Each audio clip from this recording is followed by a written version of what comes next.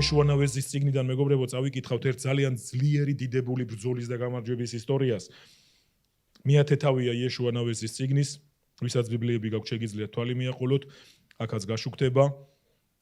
ეს არის მეგობრებო 16-დან 26 მუხლის ჩათვლით, მაგრამ არ წავიკითხავ ყველას, დროს დავზოგავ. თქვენ მოინიშნეთ, ანუ მეათე თავი იეშუა ნავეზის წიგნისა 16-დან 26 მუხლის ჩათვლით. ეს არის ისტორია 5 მეფის გაერთიანებისა, კოალიციისა. მეგობრებო, ჩვენ ვიქადაგეთ იერიხონის დანგრევაზე, სასწაულებრივ გამარჯვებაზე, ვისაუბრეთ პატარა ქალაქ გაბაონთან მარცხზე, მაგრამ საბოლოო ჯამში გაბაონის დამარცხებაზეც, მაგრამ ეხლა რა მოხდა? და ძალიან გთხოვთ ამ წიგნს შეხედეთ როგორც წინასწარმეტყველურ სურათს. ხშირად მეგობრებო, ერთი გამარჯვება თავბრუს გვახვევს ხოლმე. გვავიწყდება რომ ეხლა რაღაცაში მოვიგეთ და მოვეშვით და всё, დამთავრდა. ნახეთ რა საკეთებს მტერი, ეს არის წინასწარმეტყველური სურათი ჩვენი ცხოვრებისა, ეკლესიის ცხოვრებისა, ახალი აღთქმის მორწმუნეების ცხოვრებისა. 5 მეფე გაერთიანდა. 5 მეფემ კოალიცია შექმნა, ერთ სამეფოს გაუსწორდნენ, ერთ ქალაქს გაუსწორდნენ. მაგრამ ეხლა წარმოიდგინეთ 5 მსგავსი ძალის მქონე მეფე გაერთიანდა, კოალიცია შექმნეს და თქვეს ვილაშქრებთ ისრაელს. რამეს გეუბნებათ ეს სურათი? მე მინდა ეს მიიღოთ, ვიმეორებ როგორც წინასწარმეტყველური სურათი, წინა სახე ჩვენი ქრისტეში ცხოვრებისა. 5 მეფე. იესომ ასეთი რაღაცა თქვა, 7 უარესის სული წამოჰყვებაო იმას, როცა ის მიდის ადამიანისგან. ნუ გამოტოვებთ ამას მეგობრებო. ბევრი თქვენთაგანი იმიტომ არის დაჭრილი, რომ ეს გამოტოვა, მე ვფიქრობ და ვარაუდობ ამას. იმიტომ რომ მე ჩემი ჭრილობები, რომელიც მაქვს, სულიერი ჭრილობები, ჩემი დღევანდელი გადასახედიდან ვასკვნი, რომ სწორედ ამის შედეგია, რომ ეს გამოვტოვე ჩემს ცხოვრებაში. როცა ერთი რაღაცა გამარჯვებით ეიფორიას მივეცი, ჩემი თავი, მოდუნებას მივეცი, თავის მოდუნებას, უფლება მივეცი, საკუთარ თავს მოდუნებულიყავი. და 5 მეფე კოალიცია მოადგა ისრაელს. მაგრამ მეგობრებო, აქ შეგვიძლია თქვა, ღმერთმა გაამარჯვებინა, არ მინდა ასე მარტივად დაზერელეთ ვისაუბროთ და მივუდგეთ ამ საკითხს. მაგრამ ამ ისტორიაში ჩანს მეგობრებო, რომ ღმერთი საოცრად იყო ჩარეული. თქვენ გინახავთ ისეთი ომი ზეციდან ქვები რო ცივიოდეს? ბიბლია ლაპარაკობს, რომ ქვებს ესროდა ღმერთი ზეციდან. და ეს იყო საოცარი გამარჯვება. გაიქცა ეს 5 მეფის კოალიცია, ზღვის ქვიშასავით ურიცხვი. და არ დაგავიწყდეთ ამ დროს რა არის ისრაელის ძალა? ის არის 400 წლიანი ტყვეობიდან გამოსული. ომს შეუჩვეველი, უიარაღო, მენტალურად სუსტი. მაგრამ ბრძოლა ყოველთვის არის ღმერთის. თქვენ უნდა გაიხსენოთ მეგობრებო, არაერთი მონაკვეთი წმინდა წერილიდან, არა ეტყლებით და ცხელებით, არამედ ჩემი ძალით ამბობს უფალი ღმერთი. ჩემი შეწევნით, ბრძოლა მისია. და აქ წერალი, ავტორი ამ წერილის ამბობს, რომ ღმერთი იბრძოდაო მათ მხარეზე. ეს უნდა გვახსოვდეს ვირფასებო. ბრძოლაში მარტო არ ვართ. ბრძოლაში მარტო არ ვართ, მაგრამ დაიმახსოვრეთ ერთი რამ, აი ამ წინასწარმეტყველური სურათიდან გამომდინარე. როცა ჩვენი სამკვიდროს გზას ვადგავართ, როცა მის ბილიკზე ვრჩებით, ღმერთი მაშინ იბრძვის ჩვენს ბრძოლაში. მაგრამ მტერი რას ცდილობს? მტერი ცდილობს ხრიკებით, ტყუილებით გაგვიტყუოს ამ ყველაფრისგან, მეგობრებო. მაშინ ის რას ახერხებს? მაშინ ის რისხვისთვის ხსნის? გაიხსენეთ ამ ისტორიების დასაწყისი, ან მოისმინეთ წინა ქადაგებები, მეგობრებო. ღმერთმა პირობა მისცა ისრაელს, უთხრა, თუ ჩემი გზით ივლი, თუ ჩემს ბილიკზე დარჩები, მაშინ კურთხევა იქნება შენი მეგზური, მაგრამ თუ გადაუხვევ ჩემი გზიდან, თუ ჩემს სიტყვას არ გაყვები, თუ ჩემ ინსტრუქციას არ გაყვები, მაშინ წყევლისთვის გახსნი საკუთარ ცხოვრებას. და ამას აკეთებს მტერი ძვირფასებო დღესაც 21 საუკუნეშიდაც ის ცდილობს ჩვენი სამკვიდროს გზას, ღმერთისაგან მოცემულის დამკვიდრების გზას მოგვაშოროს, რომ ღმერთის რისხვისთვის გაგხსნას, რომ წყევლად დაგვატეხოს. გესმით? ამიტომ ეს დაიმახსოვრეთ, როცა ვამბობ, რომ ღმერთი იბრძვის ადამიანისთვის, ღმერთი იბრძვის ადამიანისთვის ყოველთვის მეგობრებო, როცა ადამიანი ამ ბილიკზე რჩება და რაც არ უნდა მოვიდეს ნიშნულობა არ აქვს. დაიმახსოვრეთ, 5 ჯერ ძლიერი რომ იყოს მტერი შენზე, შენს ძალებს აღემატებოდეს, გახსოვდეს ღმერთი იბრძვის შენთვის.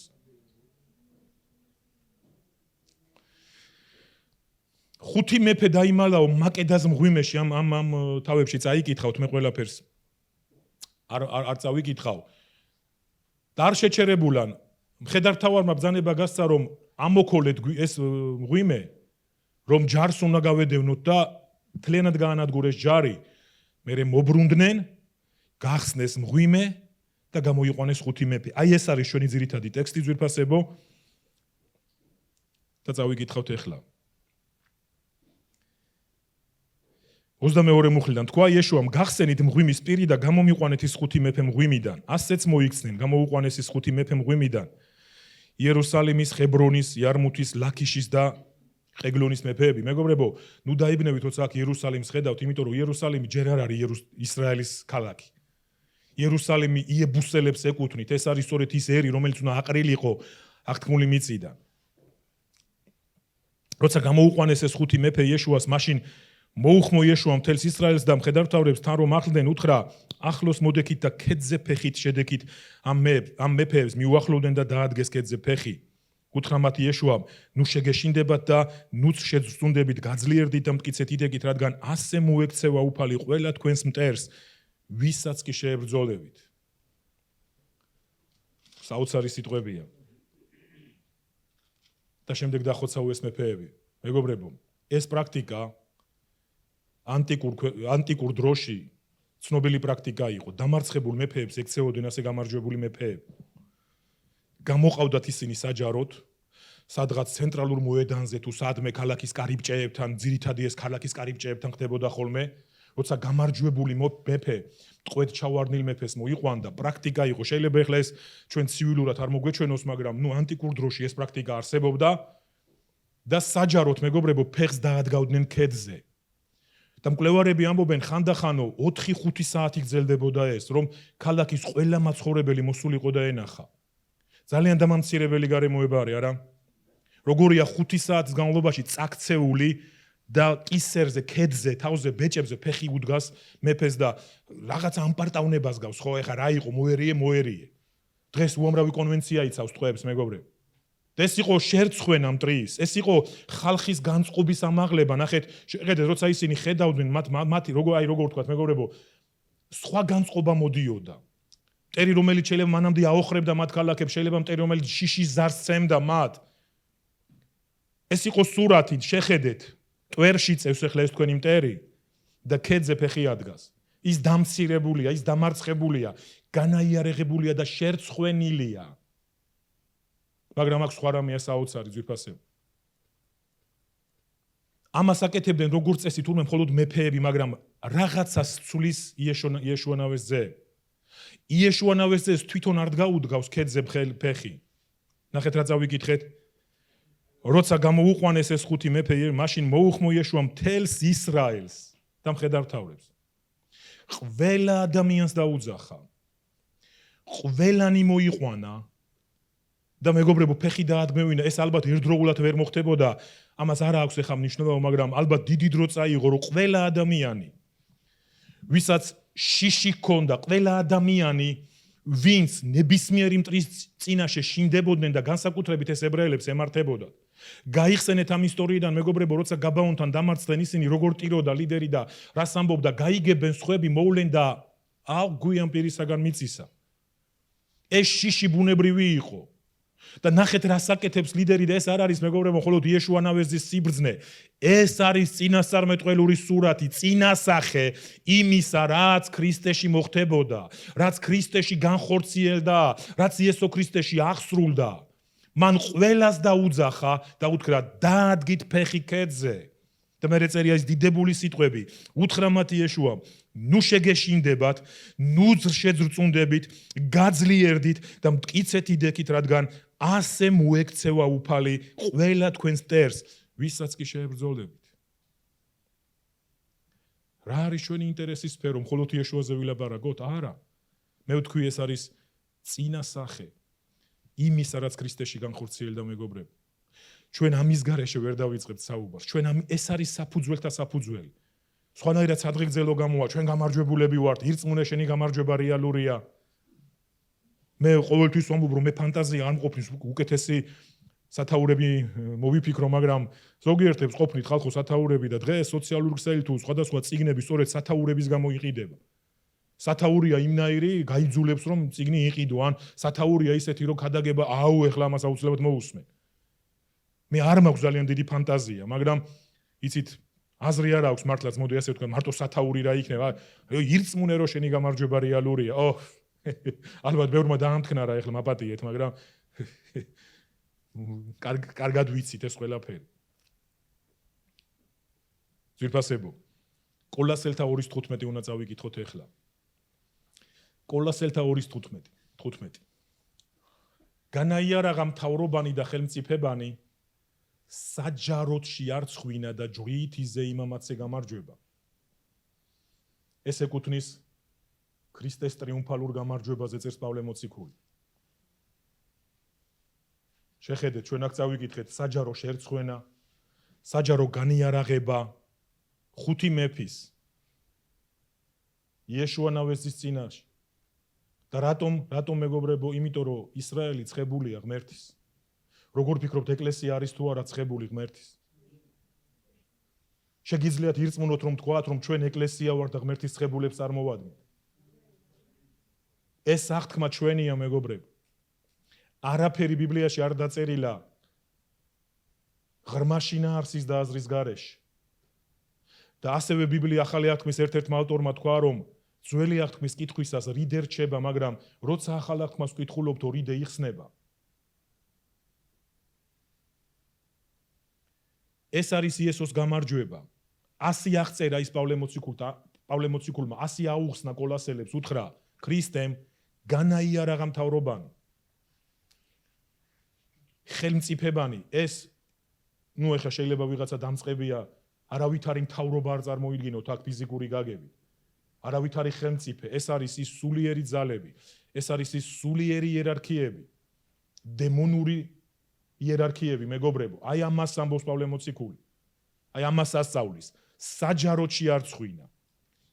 იგივე ტერმინია დაახლოებით. იგივე ტერმინი, რომ იესომ ქედზე ფეხი შედგა ეშმაკს.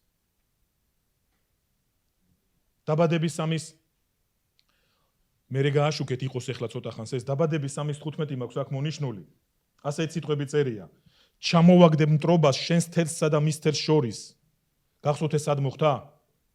ედემის ბაღში ჩადენილი ცოდვის დროს, როცა ღმერთი მოვიდა, მან ეშმაკს უთხრა ასეთი რაღაცა.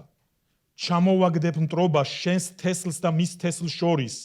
ის თავს გიჭეჭყავდეს, შენ ქუსლს უგესლავდეო. რატომ ქუსლს? იმიტომ რომ იესოს ფეხი მის თავზეა. რატომ არ თქვა რომ სადღაცა ხელზე გიკმენს და იქ დაგესლავს? იმიტომ რომ ეშმაკი, როგორც ის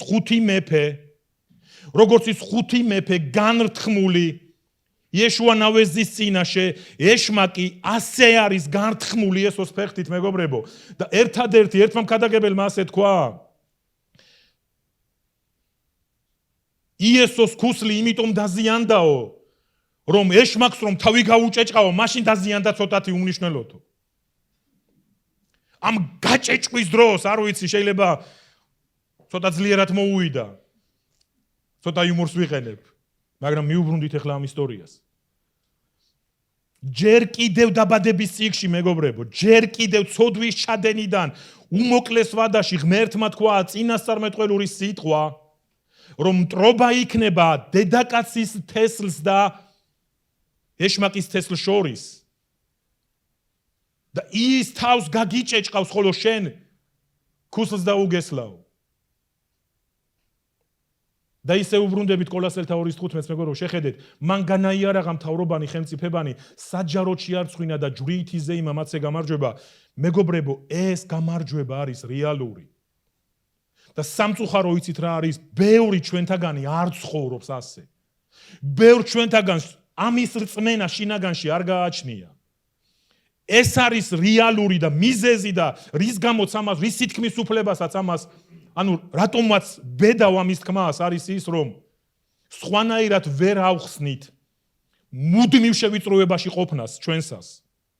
როცა მუდმივად შევიწროებული ვართ, როცა მუდმივად ტვირთის ქვეშ ვოხრავთ, როცა მუდმივად რაღაც მარცხს ერთი მოყვება მეორეს მესამე, როცა ეს ამდენი მარცხი გასაქანს არ გვაძლევს, როცა ჩვენს მოწოდებაში ვერ შევდივართ, როცა ჩვენს სამკვიდროს ვერ ვიმკვიდრებთ, იმიტომ რომ მე ცოტა მოვლენებს ხანდახან წინ გავასწრებ.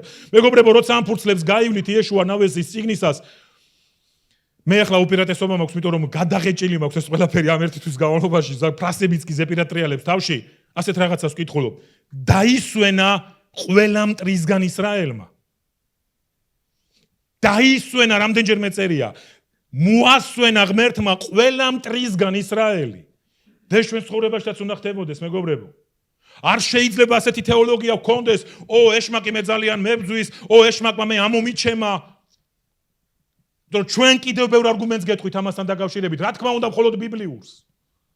და რატომ გითხარით ეხა ნაკვეთებული აზრით რომ მოისმენთ? ერთმა ადამიანმა ჩემს ერთ-ერთ წინა ქადაგებაზე კომენტარი დაწერა, თქვა, რას სასწავლი შენ, მიათეც სასწავლი საძირკველიაო და ასეთი საერთოდ არ მithქვამს.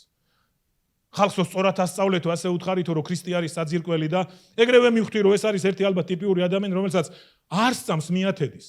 თორემ მე ვერ გავიგე მიზეზი რაღაც აგრესიული ტონისა, ვერ გავიგე. იმიტომ ჩემი ქადაგება კიდევ ერთხელ მოусმინე, მეთქი ხო არაფერი შემეშალა, გამომეპარა და მე ვამბობ რომ ქრისტე ასე ვიწყებ ქადაგებას, რომ ერთადერთი საძირკველი არის ქრისტე. ვისაც გახსოვთ ეს ქადაგება. მე როცა მეორედ გავაგზელე მეორე ნაწილი, იქ კიდევ ხაზი გაუსვი. ერთადერთი რაც წინა ქადაგებიდან გავიხსენებ, თქვი, მეგობრებო, ერთადერთი საძირკველი არის ღმერთი. და მე არსად არ მithქვავს, რომ მიათედია საძირკველი. და ხშირად ადამიანებს რაღაც აკვეთებული აზრის გამო ჭეშმარიტების ანუ ყურს არიდებენ ჭეშმარიტებას და ვერც კი ხვდებიან ამას. სამწუხარო რეალობას ვლაპარაკობ. ღმერთმა აკურთხოს ადამიანი, მე მის საწინააღმდეგო არაფერი მაქვს. მეც უპასუხე მოკლედ რომ მე ვთხოვე რომ იქნებ მოისმინო აკვეთებული აზრის გარეშე. და რაღაცას ნუ დამაბრალი ისეთ რაც საერთოდ არ მithქვავს, იმიტომ რომ სხვებიც ნახულობენ ამას. და მოისმინეთ ეს აკვეთებული აზრის გარეშე, ეს ქადაგება ძვირფასებო, იცით რატომ? იმიტომ რომ ღმერთს უნდა ხალხო, ჩვენი სამკვიდროსკენ მივდიოდეთ ტრიუმფით. აქ უნდა ღმერთს ეს, აქ. როცა ჩვენ წუწუნებთ და ვიძახით და მიაბ ჩემ დასწვნაში, რას დაემგვანა ქვეყნიერება, ვაი. იმის ნაცვლად რომ ეკლესიები სხვა რამით იყვნენ დაკავებული, მეგობრებო. ბღერიან ამ მტრის სიმღერას. იმეორებენ მტრისგან მოტანილ სიტყვებს და არა ღმერთისგან მოტანილს. ასცენ სამკვიდროს. და ჩვენ აქ დავინახავთ შემდეგში ისრაელსაც დაემართა მსგავსი რამ. ეს არის სურათი იმისა, თუ რა გააკეთა ქრისტემ. მაგრამ რატომ თქვით ეხლა იქ, რატომ დაუძახა იეშუა ნავესზე, რატომ შეცვალა რაღაცა წესრიგი, რაც ჰქონდათ ანტიკურ ერებს? რატომ თვითონ არ დაადგა ფეხი? იმიტომ რომ ქრისტეში მოპოვებული გამარჯვება არის საყოველთაო. ქრისტეში მოპოვებული გამარჯვება ეკუთვნის ყველას, ის შენს გეკუთვნის, ის მეც მეკუთვნის. ამას ნიშნავს ყველას რომ დაუძახა. ამიტომ მოიყვანა ყველა მთელს ისრაელს და ასევე მხედართმთავრებს. იქ ვიღაცამ პირველი მხედართმთავრები გაიხსენა. არა, ჯერ წერია მთელს ისრაელს, იმიტომ რომ ვიღაცები ასე დააკლასიფიცირებენ ამას. ალბათ ეს ცხებულ ლიდერებს შეეხება. ალბათ ეს გამარჯვებები მათ ეკუთვნით. მათთან ეშმაკი სად მოვა? მე დარწმუნებული ვარ, აქაც არიან ადამიანები, რომელსაც ასე ესმით. მე მჯერ ამ ეკლესიაში არიან ადამიანები, რომელსაც ასე ჯერათ, მე ბევრჯერ ამათთან რას მივა მტერი კაცო, ისინი მუსწავლებენ. მაგრამ მესაც შემიძლია ეს.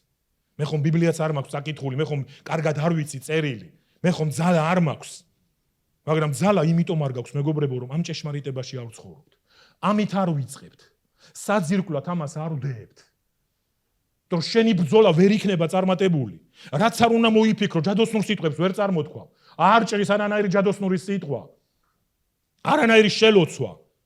თუ ეს ჭეშმარიტების, თუ ამ ჭეშმარიტების შემეცნებას არ დაიწყებ, მის დაჯერებაზე არ ივარჯიშებ, თუ ამას არ აიღებ და არ გააკრავ შენს კედლებზე. მე გითხარით, ჩემს სახში ესეთი ფურცლებია. ხვალიდან კიდევ სხვა ფურცელი გაჩნდება. ის კი არ ჩამოიხსნება, რაც არის. ხვალიდან ფურცელი გაჩნდება დროსთან დაკავშირებით, იმიტომ რომ ვატყობ ჩემს ცხოვრებაში. ისევ და ისევ. როგორ გითხრათ, დრო მეპარება. ვატყობ ამას, ხედავ ამას, ეს ვიცი წლებია. ქადაგებ და ვასწავლი ამის შესახებ, რომ დრო უნდა გამოვისყიდოთ, მაგრამ ხვდები, რომ ჩემი ცხოვრების ერთ-ერთი აქილევსის ქუსლი სწორედ დრო არის. რამდენიმე თვის უკან აქ ვიქადაგე თუ გახსოვთ მეგობრებო ებრაელთა წერილიდან დროის მიხედვით თუ ვიმსჯელებთ მასწავლებლები უნდა ყოფილიყავით და მე ვამბობდი რომ შესაძლებელია 10 წელი მქონდეს დაკარგული თუ ღმერთის არითმეტიკას ავიღებთ მე აქ ამას ვერასდროს ვერ გავიგებ ვერც თქვენ ვერ გაიგებთ არც ეცადოთ უბრალოდ ვერ გაიგებთ მაგას მაგრამ თავარი რაც უნდა გაიგოთ ამ უწყებიდან ის არის რომ გაუფრთხილდი დროს იმიტომ რომ გარბის ის გაუფრთხილდი დროს მიფრინავს ის ჩქარაკი არ გადის ის თავისი დროით მიდის მაგრამ შენ არა ხარ მეგობარო ამ მიწაზე ისეთი რომ ცას გამოეკერები შენი დღეები დათვლილია შენი დღეების რიცხვი უფალმა იცის უკვე წინასწარ როცა ამ მიწაზე გავლენდა მან იცის შენი დღეები და მას ეხვეწებოდა დავითი მაცოდინე ღმერთო დღენი ჩემი სიცოცხლისაო რომ გონიერებით ვიცხოვრო ხედავთ რა არის სწორი ლოცვა მაგრამ ჩვენ მგონია რომ არასდროს არ დავბერდებით, არასდროს არ დავიღლებით, არასდროს შეიძლება არ წავაგოთ. ჩვენ ასე გონია, მაგრამ ღმერთი ამბობს რომ ჩვენი დღეები არის დათვლილი, ჩვენი დღეები განსაზღვრულია. ძვირფასებო რას აკეთებთ, როცა რაღაცა ნივთს შეიძენთ? გარანტია მოყვება და ვთქვათ, აქვს 6 წლიანი გარანტია. როცა ერთი კვირის თავზე ეს ნივთი წყობილიდან გამოდის, რას აკეთებთ? მიდიხართ და გარანტიას ითხოვთ, ხო ასია? იმიტომ რომ გითხრეს რომ ერთი წელი უნდა იმუშაოს ამ ყველაფერმა დეფექტის გარეშე. ჩვენ გვაქვს მოცემული წლები ამ მიწაზე. თუმცა არავინ არ ვიცით. ამიტომ თხილად იყავი დროს გაუფრთხილდით. ეს პატარა გადახვევა თემატური. ეს არის ჭეშმარიტება ძვირფასებო. და ეს ორი რამ კავშირში არის მერწმუნეთ, რაც გააკეთა იეშუანავის ძემ. ყველა ისრაელიანს ფეხზე დაადგმევინა. ქედზე დაადგმევინა ფეხი. მან არ გააკეთა ეს რიტუალი რომ სხვებს შეეხედათ ნახეთ მე რა ძლევა მოსილი ვარ. მან გააკეთა წინა, იცით მას წარმოდგენაც არ ქონდა. პირდაპირ გეუნებით ეხლა. თქვენ არ გეგონოთ ეხლა იეშუანავის ძემ იცოდა ის რას აკეთებდა იმ წუთას. ეს იყო სულიწმინდის შთაგონება. ეს იყო წინასწარმეტყველური სურათი. ბევრ წინასწარმეტყველს წარმოდგენა არ ქონდა იმაზე, რას ამბობდა დეტალებში. თქვენ როგორ ფიქრობთ ეხლა იოანეს ესმოდა რას ხედავდა, არ ესმოდა, თვითონ ჩანს. თუ წაიკითხავ დანიელის წიგნს, გაოცებული იყო, ხედავდა რაღაცას. ხილვაში ხედავდა და არ იცოდა რა იყო და ეხვეწებოდა ანგელოს გამიხსენი ეს რა არის. ეს არ არის იეშუას შეგნებული ნაბიჯი, ეს არის სულიწმინდის შთაგონებით, წინასწარმეტყველური, წინასთქმა, წინასწარმეტყველური სურათი, მეგობრებო, თუ რა მოხდებოდა 1200 თუ 1300 წლის შემდეგ ქრისტეში. თუ როგორი ტრიუმფით მოიგებდა ქრისტე და ეს გამარჯვება იქნებოდა ყველასი. ყველა ადამიანის. უკვე წავიკითხე დაბადება 3:15. იცით მეგობრებო, რა მახსენდება იცით აი სპორტის სახეობა არის ერთ-ერთი ასეთი რეგბი თუ რაგბი გოჩა იყო მურაგბი სასტიკი სპორტია აი ეს არის სპორტის სახეობა სადაც მეგობრებო კი არსებობს წესები მაგრამ ეხლა თუ ისეთ აიღებთ რაღაც ფილიგრინულ სპორტის სახეობებს არა ეს ველურობად მოგეჩვენებათ მე მახსოვს როცა ჩემთან ერთად ვიღაცა მაგალითად რაგბს უყურებდა ტელევიზორში და ვაიმე ეს რა არის ვიღაცამ თქვა რომელმაც არ იცის ეს სპორტი აი ლიას კონდა ხომ ასეთი რეაქცია პირდაპირ ჩემო როცა გადაჯეგავენ ერთმანეთს როცა დაეჯახება მთელი ძალით და რა ვიცი მეგობრებო აი შეიძლება ცოტა ისე ჟღერდეთ არ მიწყინოთ ასე გადაჯეგა უბრალოდ ქრისტე მეშმაკი აი ასე გადაჯეგა და ლელო დაუდო საჯაროდ იცით ესე კი არა რომ გაიარა რაღაცა ბიჭი მიარტყა ვიღაცას აი ამ ტრიუმფს ელაპარაკობს პავლე მოციქული გადაჯეგა და საჯაროდ ლელო დაუდო შეარცხვინა დიდება უფალს დამას დიდი მნიშვნელობა აქვს ჩვენს ბრძოლებში ძვირფასებო იოანეს 14:12 იოანეს 14:12 ვკითხულობ ჭეშმარიტად გეუბნები თქვენ ვისაც ჩემი სამს საქმეებს მე რომ ვაკეთებ ისიც გააკეთებს და მათზე დიდსაც გააკეთებს ეს ცნობილი ადგილია ბევრჯერ იქადაგება ეკლესიებში მაგრამ ვიტყვი მთელი გაბედულებით რომ თაროზე შემოდებული არის ეს პრინციპი ეს ალბათ პირველად არც ეც არ მოგისმენია თან ყოფებს ვაიმე ასეთ რაღაცას აღარებაში ეწერა ვაიმე მე რატო არ ვიცოდი იცოდით მოგისმენიათ კიდეც უმრავლესობას რომ იესომ უთხრა მოწაფეებს ანუ იესომ გითხრა ჩვენ რომ ჭეშმარიტად გეუბნები თქვენ ვისაც ჩემი სამს აი ეს არის თავარი პირობა ვისაც ჩემი სამს საქმეებს რასაც მე ვაკეთებდი თქვენც გააკეთებთ და უფრო დიდსაც გააკეთებთ. მეგობრებო, აი ამ მუხლის გარშემო არსებობს ასეთი ლიბერალური თეოლოგიური წიაღსვლები, ადამიანები თვლიან, რომ ეს ჩვენ არ გვეხება. ეს იესო მიგულისხმა მოციქულები. იმიტომ რომ ვერ ხსნიან ამას როგორ შეიძლება ადამიანებმა იგიმერავე ვაკეთოთ, რასაც იესო აკეთებდა. როგორ შევძლებთ იმ საქმეებზე დიდი საქმეები ვაკეთოთ, მაგრამ ერთი საოცარი აღმოჩენა არის, მეგობრებო, მე ბევრჯერ მithქვამს, მე ბერძნული არ ვიცი და არ დავიბრალებ. მაგრამ ვენდობი რა სპეციალისტებს, რომლებიც ამ მუხლას ეხსნიან, რომ აი აქ სიტყვა დიდი, ბერძნულში ამ სიტყვის გამოსახატავი ორი სიტყვა არსებობსო. ანუ ჩვენ გვაქვს საუბარი სიტყვა დიდ საქმეებს. დიდს, ანუ დიდსაც, ამაზე დიდსაც. ორი მნიშვნელობა აქვს. ერთი გამოიყენება რაოდენობრივი აღმატებულობის გამოსახატავად, მეორე ხარისხობრივი. და ნახეთ რა ხდება იესომ თურმე გამოიყენა მეორე სიტყვა ხარისხობრივი. იმიტომ რომ ჩვენ ხო ასე ვასწავლით ეკლესია ახლა ხო მიწაზია მთელ სოფლიოში და ის უფრო რაოდენობრივად მეც გააკეთებსო. და იცით საოცრება რა არის? იესომ აიღო და ამ ბერძნულიდან გამოიყენა მეორე სიტყვა, რომელიც ხარისხობრივს ნიშნავს. ანუ ეს რას ნიშნავს? ვისაც ჩემი სამს საქმეებს მე რომ ვაკეთებ, ისიც გააკეთებს და მათზე ხარისხობრივად დიდსაც. და არა რაოდენობრივად დიდსაც. რამეს გეუბნევათ ეს? რამეს ცulis? რომ არა მხოლოდ ის ეკლესია ბევრ ადამიანს გადაარჩენს უბრალოდ. იმიტომ რომ იესო შემოსაზრული იყო, ასე არის მოდა ეკლესიებში. იესოს ხეულით იყო შემოსაზრული, ის ერთდროულად სხვაგან ვერ იქნებოდა, ეკლესია მთელ დედამიწაზია, კი ბატონო, ეს რეალობა არის. მაგრამ იესომ აქ თქვა სხვა რამ, რომ ეკლესია, მისი ხალხი, ყველა ვისაც მისი სამს, იმ საქმეებზე ხარისხობრივ დიდ საქმეებს გააკეთებს. აქ უკვე ვიღაცა უფრო მეტად იტყვის, ალბათ ეს განსაკუთრებული ცხებულები რო არიან, აი ტელევიზიებში, YouTube-ში რო ტრიალებენ, იმათ ეხება. არა ძვირფასებო, ეს გამარჯვება, რაც წავიკითხეთ კოლასელთა წერილში, ეკუთვნის თითოეულ ჩვენთაგანს. გააკეთა რა იესომ ეს ყველაფერი, ჩვენ დაგვიძახა, ასე ვთქვათ, სიმბოლურად და ფეხი დაგვადგმევინა მის ქედზე. ძნელი დასაჯერებელია მესმის, მაგრამ სწორედ იმიტომ ვქადაგობ, რომ მინდა ამაზე დაიწყოთ ფიქრი. ლუკას მიათე თავი. მადლობა ბიჭებო, მე აღარ მოვძებნი. მან კი უთხრა მათ, ვუყურებდი სატანას ელვასავით რომ გარვარდებოდა ციდან. და გაძლევ თქვენ ძალაუფლებას, გველთა, მორიელთა და მტრის ყოველგვარი ძალის დასათრგუნად. თქვენ კი არაფერი გევნებათ. ეს არის მეგობრებო ამოკრეფილი ღმერთის სიტყვიდან, ბიბლიიდან ის ჭეშმარიტებები, რაც ჩვენს ბრძოლებს შეეხება. ნახეთ, ისე უნება მე კი ვიხილებ, ნახე სატანა ელვასავით რომ ვარდებოდა ციდან. აჰა, გაძლევთ თქვენ ძალაუფლებას, გველთა, მორიელთა და მტრის ყოველგვარი ძალის დასათრგუნად, თქვენ კი არაფერი გევნებათ. ძალიან გთხოვთ მეგობრებო, ბუკვალურად უნდა იწყებთ გველების და მორიელების ძებნას. კი ყოფილან ადამიანები და არ ვიცი შარშანი იყო მე მგონია სოციალურ ქსელში როცა ერთ-ერთმა მსახურმა სადღაცა რომელიღაცა ქვეყანაში გველი აიყვანა და რაღაცა ბუკვალურად შეეცადა და იქ უკმინა საჯაროდ იმ გველმა და მოკვდა მგონი. ამაზე დიდი აბსურდი არ არსებობს ხალხო. ეს ყველაფერი მეგობრებო, ეხლა გველი და მორიელი არის. ხო ძაღლია და ლომია. ეხლა თუ სადმე ლომს გადაეყრები, სამსონივით ნუ გაეჭიმები მაინც და მაინც.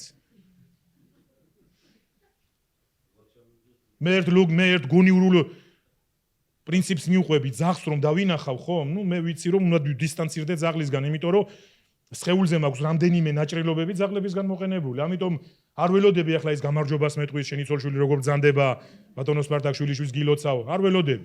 ველოდები რომ შესაძლებელია მიკმინოს. იმიტომ რომ მისი ფსიქოლოგია მე არ ვიცი.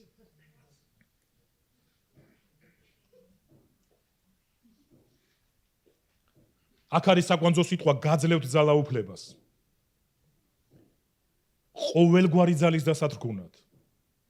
მიაქციეთ ამას ყურადღება. მოინიშნეთ ეს აუცილებლად მეგობრებო, ეს არის ჯაჭვი, რომელსაც მივყვებით.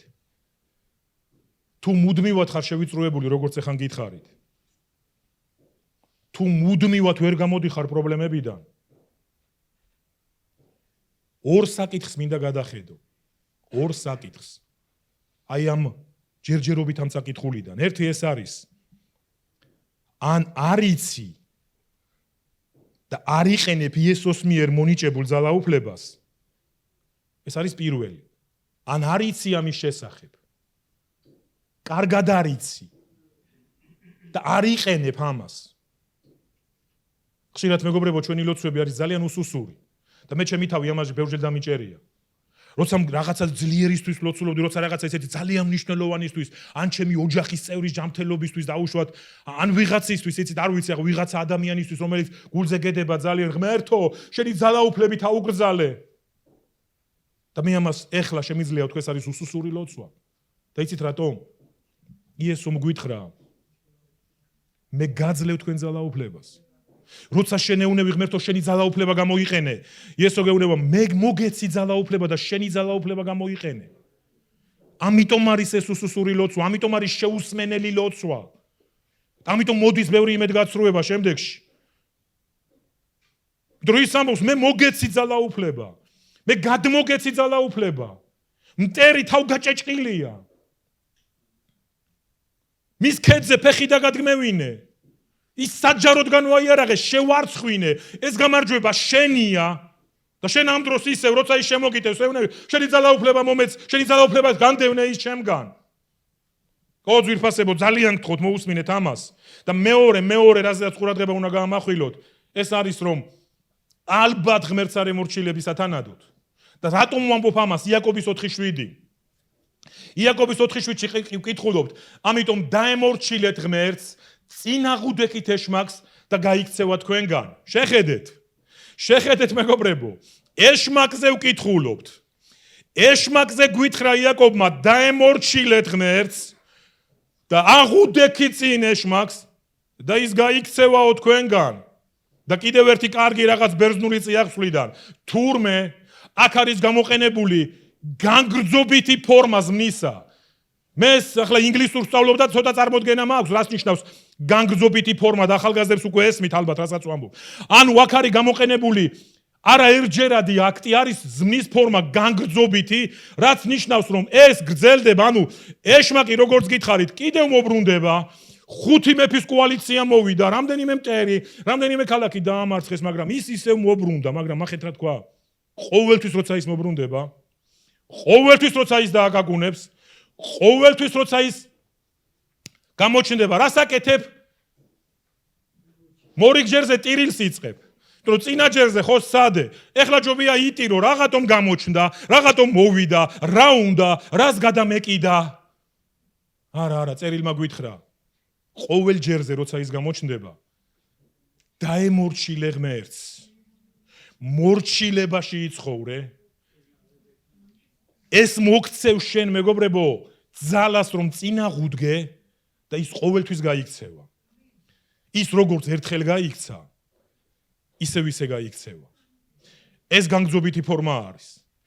როცა ისევ გამოჩნდება,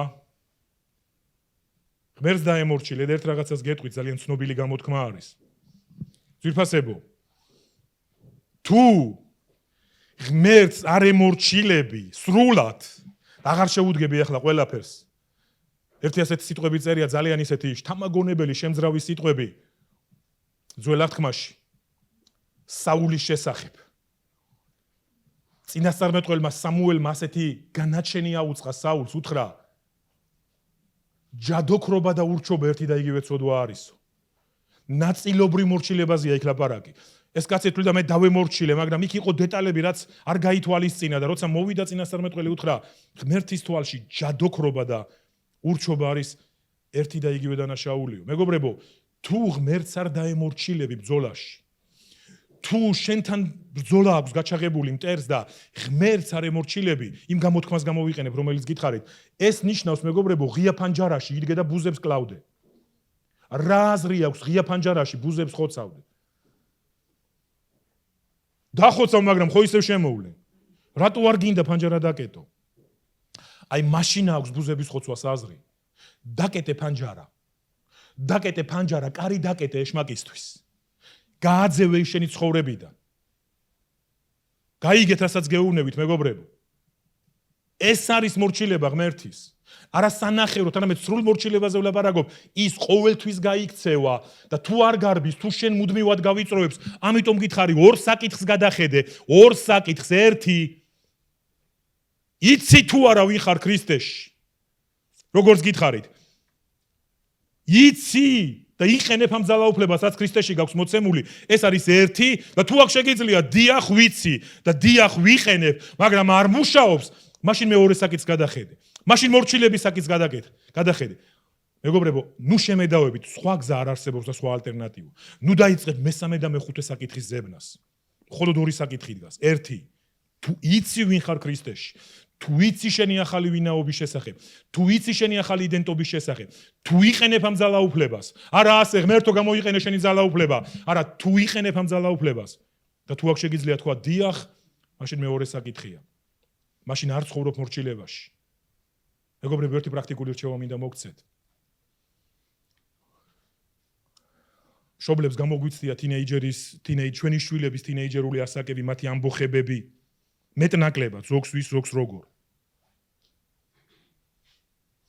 ეს მეგობრებო არის ეშმაკის სამეფოს შემოტევა ჩვენს ცხოვრებაზე, ჩვენს ოჯახებზე. გესმით? და ერთი რამე ნუ გავიწყდებათ, ჩვენი ბრძოლა არ არის სისხლის და ხორცის წინააღმდეგ. ეფესელთა 6:12 ამბობს, ჩვენი ბრძოლა არ არის სისხლის და ხორცის წინააღმდეგ. ზღვარი ძალიან ვიწრო ადამიანურ ბრძოლაზე გადავერთოთ. აბა რას უნდა ვაკეთებდეთ? მე უბრალოდ პრაქტიკულად ისეთ რაღაცას გეტყვით, მეგობრებო, აი ადექი და როცა შენი შვილები სახში არ იქნებიან, შედი მათ ოთახებში, მეგობრებო. აი ყველაფერზე ილოცე, ტანსაცმელზეც კი ილოცე. აუკრძალე მტერს. უთხარი და ეს გააგრძელე დიდხანს, უთხარი რომ ჩაალაგოს ბარგი და წაეთრეს თქვენი სახლიდან. აი ამ ძალაუფლებით გააკეთეთ. მას მაღალი ლაპარაკის კი არ ეშენია, მეგობრებო. ის ემორჩილება მაშინ ის გარბის მაშინ, მეგობრებო, როცა ჩვენ ვიცით, რომ ჩვენ ძალაუფლება გვაქვს ქრისტეში. ეს არ არის რაღაცა ნეოხარიზმატული სწავლება, მეგობრებო, გეხვეწებით. ვიღაცამ შეიძლება ბალანს, ეს არის ბალანსის დაცვა სწორედ. სხვანაირად ჩვენ ვერ ვიმარჯვებთ, სხვანაირად სულ შევიწროებული ვიქნებით და ხშირად ასეც ვართ ხოლმე კიდევაც, როგორც პიროვნებები და როგორც ეკლესია. მათ ტანსაცმელზეც კი ილოცეთ, მეგობრებო. და აუკრძალეთ მტერს მოქმედება. უთხარით მათ, რომ იესო ქრისტეს სახელით შენ მოგიწევს აქედან წასვლა. გააგრძელეთ ასე და ის გააგრძელეთ ღმერთის მორჩილებაში არული, ის გაიქცევა, მას სხვა გზა არ დარჩენია, მეგობრებო. მაგრამ ზღვარი ვიწროა ადამიანების წინააღმდეგ არ დაიწყოთ ბრძოლა. იმიტომ რომ პავლემ თქვა, ჩვენი ბრძოლა არ არის სისხლის და ხორცის წინააღმდეგ. არ არის ჩვენი ბრძოლა სისხლის და ხორცის წინააღმდეგ. მაგრამ სამწუხაროდ ბევრი ვიწყებთ ხოლმე ადამიანურ ბრძოლას. სამწუხაროდ. ცოტა კიდევ გვაქვს დრო. მე ადრე ვამბობდი, რომ ეშმაკს არ შეუძლია ძალმომრევებით მოვიდეს. ის მოდის თუნებით, ხრიკებით, მზაკრობით. მეორე კორინთელების 2:11. მეორე კორინთელების 2:11-ში მეგობრებო, წავიკითხავთ ასეთ სიტყვებს. ძალიან მნიშვნელოვანია ეს და რატომ ვაკეთებ ახლა ამას მიხვდებით და გეტყვით. ჩვენ კონტრარგუმენტებზე გადავალთ ახლა ცოტა ხანში. იმ არგუმენტებზე, რომელიც შეიძლება ბევრ ადამიანს უჩნდება, ფიქრობს, მოიცა ეგრე ხო არ არის ყველაფერი პავლე მოციქულის ცხოვრებას გაგახსენებ ძმაო. ნახეთ პავლე მოციქულის ცხოვრებას და პავლეს ბრძოლებს ვინც გაიხსენებთ, ვინც იცით ახლა ეს. შეიძლება ახლა ეჭვი გაჩნდეს აქ, როგორ აი პავლე, აი რა დღეში ცხოვრობდა ეს კაცი.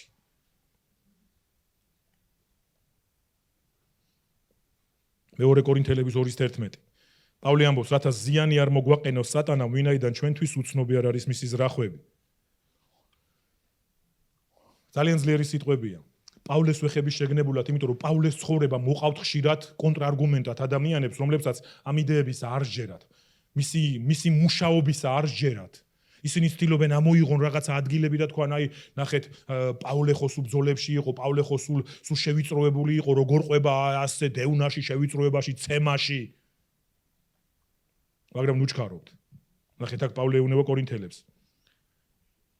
ეშმაკმა ზიანი რომ არ მოგვაყენოს, ჩვენ უნდა ვიცოდეთო მისი განზრახვები. მან თქვა, ჩვენთვის უცხო არ არის ის. არ ვიცი, იქნებ თქვენთვის არის უცხო, იქნებ შენთვის არის, ვიღაცისთვის არის უცხო. მას შეუძლია ზიანი მოგვაყენოს მაშინ, როცა შენ არ იცი მისი ზრახვები. როცა შენ არ იცი ის რატომ გიტევს. როცა შენ არ იცი ის თვითონ შენ ვინ ხარ, გესმით? მაშინ შეუძლია ზიანი მოგაყენოს. მაშინ შეუძლია დაგაზარალოს.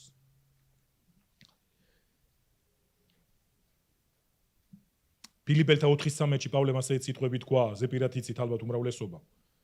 ყოველივე ძალმიც ჩემი გამაძლიერებლის მიერ. გესმით? ჩვენ ავიღებთ რაღაცას.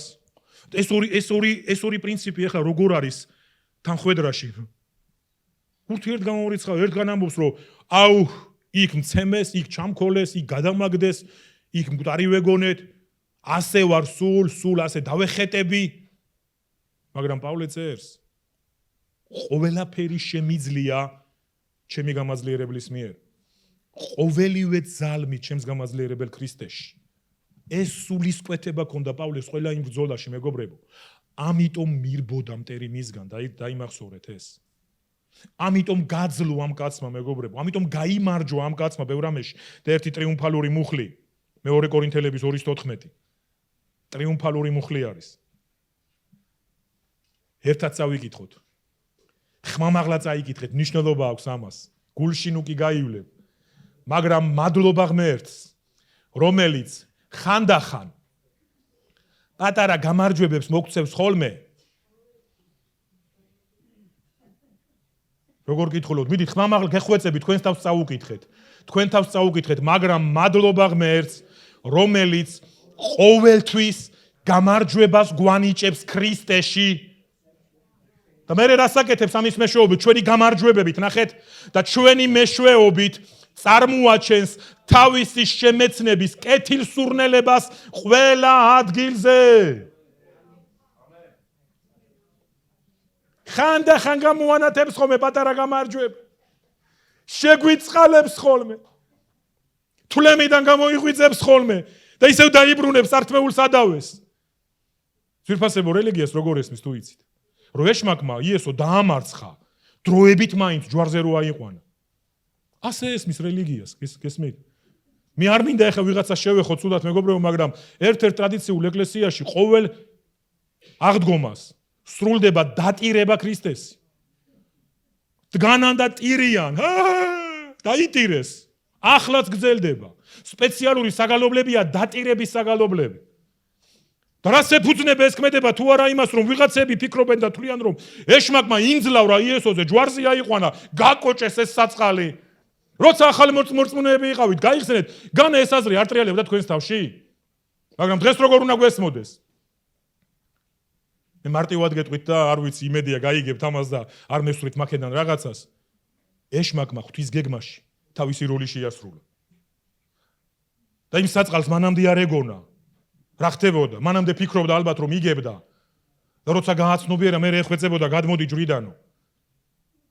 ეშმაკმა ღვთის დიად გეგმაში თავისი როლი შეასრულა, ხვდები? ასე რომ რამ მის გამარჯვებაზე ვლაპარაკოთ, მეგობრებო?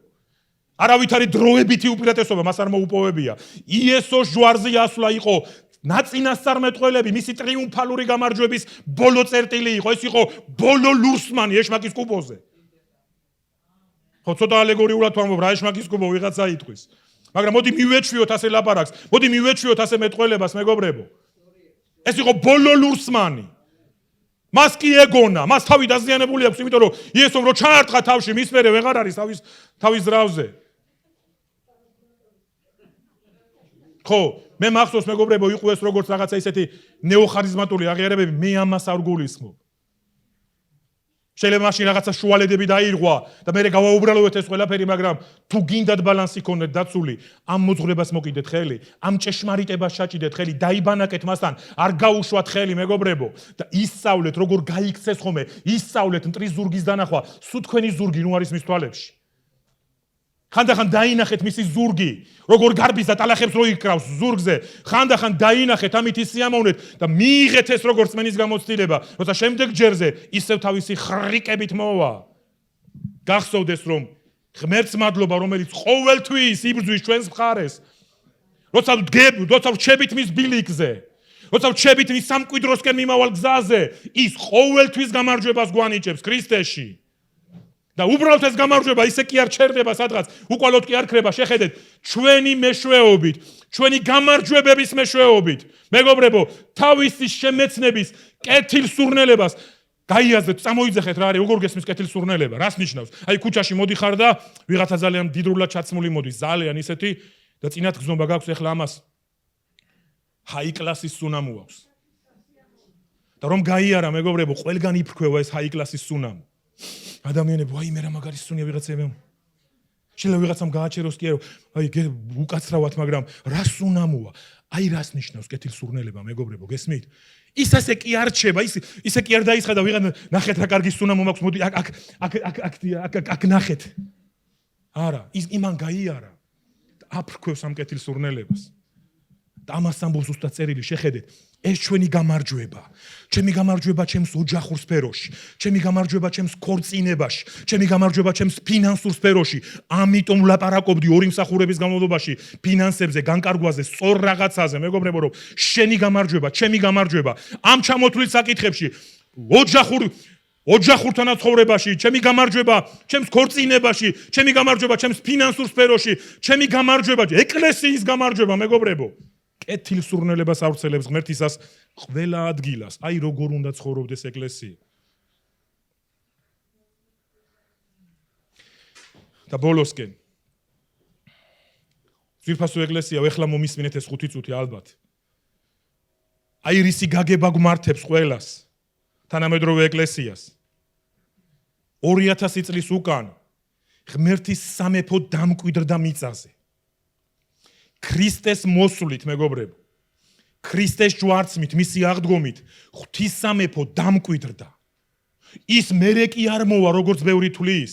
მისი სამეფო დამკვიდრდა და ჩვენი მოვალეობა წერილის თანახმად არის ჩვენს თაობაში განვავრცოთ სამეფო.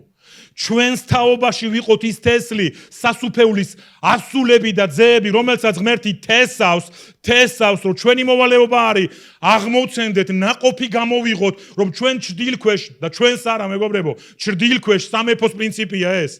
შეეფარონ მრავალნი. ეს არის რადიკალურად მნიშვნელოვანი. ეს არის, მეგობრებო, წარმოუდგენლად მნიშვნელოვანი ჭეშმარიტება და ეკლესიამ უნდა გაასწოროს თავისი თეოლოგია. ჩვენ უნდა გავასწოროთ ჩვენი თეოლოგია და ჩვენი შეხედულება. ღმერთს უნდა ყოველი ახალი თაობა განავრცობდეს ამ სამეფოს. ჩვენი თაობა უნდა განავრცობდეს ამ სამეფოს. ეს გაიგეს მოციქულება და მსოფლიოს მიწვდნენ. ნუ ღარ ვიწუწუნებთ, მეგობრებო, რელიგიურ გარემოზე ბევრჯერ მithქვავს ეს. ნუ ღარ ვიწუწუნებთ გარყვნილებაზე და რაღაცაზე. პირველი ეკლესია არის ნათელი დასტური და მაგალითი, რომ გარემოება, რთული გარემოება რელიგიური, რთული გარემოება ცოდვისა და ასე შემდეგ, ვერ იქნება გარემოება. მოციქულები ხედავდნენ ეშმაკის ზურგს. იმიტომ რომ მათ ესმოდათ ესაც ახლა ჩვენ ვლაპარაკობთ. მათ ირწმუნეს ამ ჭეშმარიტებისა. განა მათ არ უჭირდათ, როცა პეტრეს იესომ უთხრა, მოდი წყალზე გამოიარეო, რამდენიმე წამის შემდეგ ეს ის კაცი არ იყო, რომ ჩაიძირა. მაგრამ მოვიდა სულიწმინდა, მათში განაცხადა და დაამტკიცა და განამტკიცა ეს ჭეშმარიტება და ეს გამოცხადება და მათ დაიწყეს სულ ამ ძალაუფლებაში. განა საოცარი არ იყო, მეგობრებო, ყველა ის გამოვლინება, ყველა დღეს მესმის რაღაცას ადრიგძელვები, აი სულიწმინდა რომ მოვა, ეხლა ჩვენ 1000 საათი უნდა ვილოცოთ დღეში, შევწყვიტოთ ადამიანად ყოფნა, გავხდეთ ზეკაცები და ზექალები, აი მერე მოვა სულიწმინდა და მოხდება სასწაულები. არცად არ წასულა სულიწმინდა. აი ხანდახან მართლა გულწრფელად ბრაზდები, როცა რაღაცა მისტიურად გადააქციეს ამ თაობაში სულიწმინდა. როცა მარტო რაღაცა, როგორ გითხრათ, მეგობრებო, რაღაცა დადგმული სასწაულების მიჩერებიან ადამიანები, აჰო, ნახე რა. არავის არ ვაუბრალოებ ხალხო, მაგრამ რაზე დაუწვრილმანდით ხშირ შემთხვევაში. მე პირიქით სასწაულებზე გელაპარაკებით. მე გელაპარაკებით, რომ თითოეულ თქვენთაგანის ცხოვრებაში უნდა ხდებოდეს ეს და მოხდება, თუ ამ ჭეშმარიტებას მოეჭიდებით. ეშმაკს დაინახავთ გაქცეულს თქვენი ცხოვრებიდან. და შენ რა უფრო გაინტერესებს, იქ ვიღაცა რო კალიასკიდან ადგას, სადღაცა გვატემალაში თუ შენი ცხოვრებიდან რომ გაიძურწა ის, რომ ზურგი რომ გაჩვენა, წლები რომ გაწვალებდა, წლები რომ ჩაგრავდა, რომ დადექი რწმენით, რომ წინაღუდექ იმას, რომ ისწავლე ეს ბრძოლა და რომ გარბის, რომ კიდევ რომ მოვიდა, კიდევ რომ გააქციე. არ გამოხვალდა არ იტყვი? არ იტყვი? შევიძინე ჩემი შვილები, არ იტყვი? ხელი ავაღებინე ჩემი ქორწინებიდან, არ იტყვი? ხელი ავაღებია ჩემი ფინანსებიდან, ამ გაიძვერას. კიდევ რომ მოვა, კიდევ იგივეს გავუკეთებ. არ არის ეს შენი გამარჯვება? ეს თქვა პავლემ.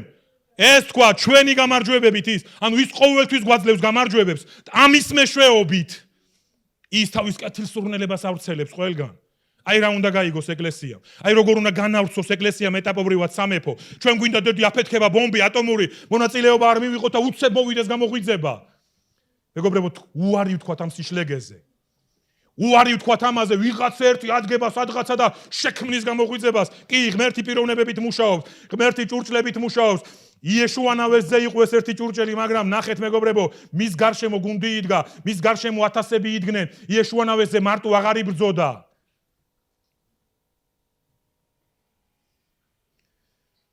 უნდა შეხედო ღვთისდიდებულ გეგმას ბიბლიაში გაცხადებულს. ჩვენ გვაშფოთებს მიმდინარე მოვლენები, რაც ჩვენს გარშემო ახლა ჩვენ ბევრი გვაქვს ანერვიულო, ასე რომ ვთქვათ. გვეშინია ხვალინდელი დღის.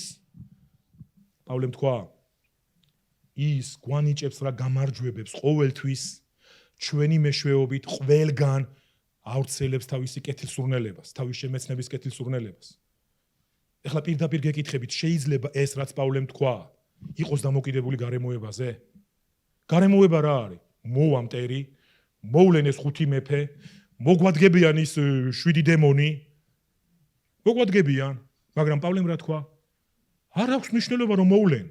ღმერთს მადლობა, რომ ღმერთი ყოველთვის გვანიჭებს გამარჯვებას და ეს გამარჯვება, მეგობრებო, ჩვენ, ნახეთ, ჩვენი მეშვეობით ეს გამარჯვებები ღმერთის კეთილსურნელებას გაავრცელებს ყველა ადგილას. დეშმაკს twin კი არ ყოფნის. ის მაინც მოვა, მაგრამ ზურგს რომ გვაჩვენებს, ჩვენი ცხოვრების სფეროებიდან რომ წავა, ჩვენი ქალაქიდან რომ წავა, როგორ მინდა ამის გჯეროდეთ, მეგობრებო? რომ წავა ამ ქალაქიდან ის, წავა ვანიდან, ხონიდან, სამტრედიიდან, ბაღდათიდან, ტყიბულიდან, ჭიათურიდან, საჩხერიდან, გავიდეთ ტუნელს იქითაც, ყვარყვარეში რო არის, კაც გადი იქითაცო, გაძიე. ის წავა ამ ქალაქიდან, მაგრამ იცით რა შემთხვევაში წავა? არა ასე. ღმერთო, ჩამოდი გეხვერწები და გააგდი აქედან ის. ის გეუნება შენ მოგეცი ძალაუფლება. მე მოგეცი ძალაუფლება. აიღეს ძალაუფლება. იარე ჩემს მორჩილებაში და ის ყოველთვის გაიქცევა შენი ცხოვრებიდან. ჩვენ უნდა ავიღოთ პასუხისგებლობა ძვირფასებო. ჩვენ უნდა ავიღოთ პასუხისგებლობა ჩვენს ადგილობრივ ეკლესიაზე. ყველამ აიღოს საკუთარ ადგილობრივ ეკლესიაზე პასუხისგებლობა და ადგილობრივ ეკლესიაში ყველა მისწავლოს საკუთარ თავზე პასუხისგებლობის აღება. ეკლესია როგორ იქნება გამარჯვებული, თუ მისი წევრების 80% მარცხში ცხოვრობს? როგორ იქნება ეკლესია გამარჯვებული, გეკითხები? ამიტომ როცა ვლაპარაკობდით თუნდაც იმსახურებაზე, დარისხებულზე და ასე შემდეგ, შეიძლება ვიღაცამ ასე გაიგო, არა, ნუ ასწავლით ესე. და სულ ცოტა ძვირფასები. მოვიგოთ ჩვენი მცირე ომები, ქრისტიანებო. მოვიგოთ ჩვენი მცირე ომები. ავიღოთ ჩვენი იერიხონები. ავიღოთ ჩვენი ჰაღაი.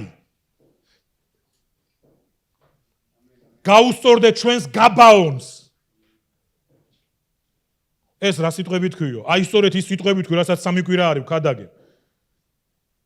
ეს იყო ქალაქები სხვადასხვა ხრიკით, სხვადასხვა მოქმედებით, მაგრამ ჩვენ უნდა ავიღოთ იმის მიუხედავად მტერი რას ჩაიფიქრებს, იმის მიუხედავად მტერი რა ხრიკებს მოგვიტანს, რა მზაკრობებით მახეებს დაგვიგებს. გვახსოვდეს, ღმერთი ყოველთვის გამარჯვებას გვანიჭებს ჩვენ, მეგობრებო, და აი ამ გამარჯვებების მეშვეობით თავის კეთილსურნელებას გაავრცელებს ყველა ადგილას. და უნდა დავიმკვიდრო ჩვენთვის მოცემული სამკვიდრო. 2 რამე გვჭირდება ამისთვის. და დავამთავრებ. 2 რამე. პირველი. არ უნდა გამოგრჩეს მხედველობიდან ღმერთის დიადი გეგმა და მიზანი. არ უნდა მოვაშოროთ ამას თვალი. რომ არ დარჩეს სადღეგრძელოთ მოკლედ გეტყვით, მე ვლაპარაკობ მუდამ ამას ბოლო დროს. მხედველობიდან არ უნდა გამოგრჩეს ძვირფასებო ღმერთის დიდებული გეგმა და მიზანი. და მე ის დღესაც თქვი, მას უნდა სამეფო რომელიც დამკვიდრდა იესოს მოსვლით, უნდა განივრცოს, უნდა გაფართოვდეს.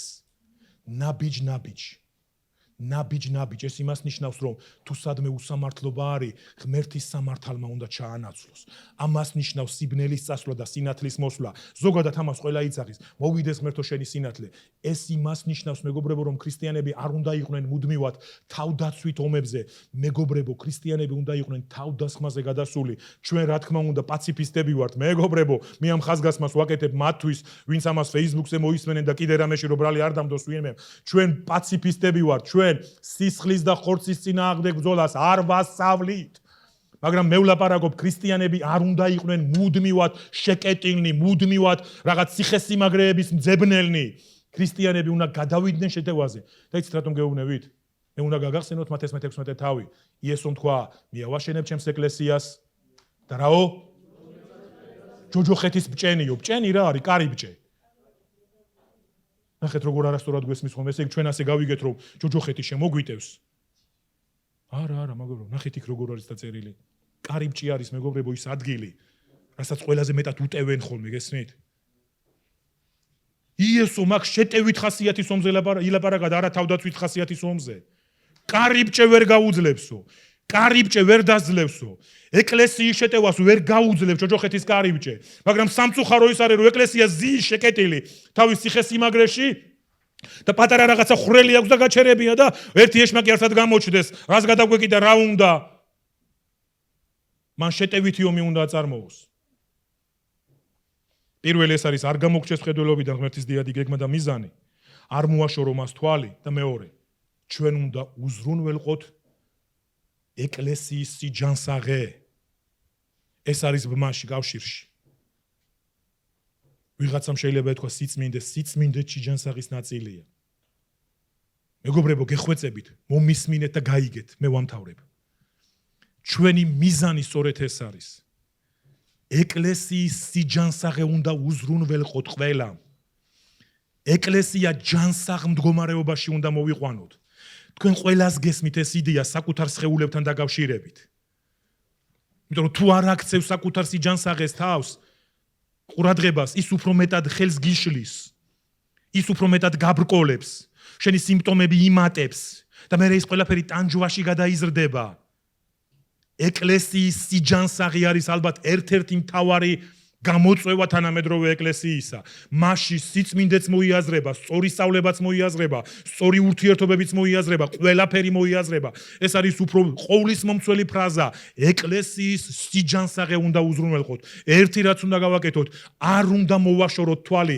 ღმერთის დიად გეგმას თუ ამას მოაშორებ მაშინ ლოკალურ გეგმებზე გადაერთვები შენს გეგმებზე და შენს მიზნებზე იქნები მუდმივად ორიენტირებული გესმით რას ვამბობ შენ ღვთის სამკვიდროსკენ ვეღარივლი, იმიტომ რომ შენი სამკვიდრო გექნება, შენი მიზნები გექნება, მართალია გამოგონილი, მაგრამ ქრისტიანები ცდილობენ დააკავშირონ რაღაცნაირად ის ღმერთის გეგმებთან, არა, ღმერთის დიადი გეგმა კონდეს, ღმერთის დიადი ჩანაფიქრი კონდეს, ფოკუსირებული და შენი გეგმა არ დაიკარგება. შენი მიზანი შესრულდება, ბიბლია გვეუბნება ღმერთს მიენდე და ის აგისრულებსო გულის სადილ, შენი გულის სადილები აღსრულდება, მაგრამ უპირველეს ყოვლის ეძებე ღმერთის სამეფო და მისი სიმართლე. აი ეს არის სწორედ მის დიად გეგმაზე ფოკუსირება და მეორე, უნდა უზრუნველყოთ ყველამ ერთად ადგილობრივი ეკლესიის სიჯანსაღე. გთხოვთ, გამოვყვეთ ამ ხედვაში. მოგიწოდებთ გამოვყვეთ ამ ხედვაში, მეგობრებო. დიდება უფალს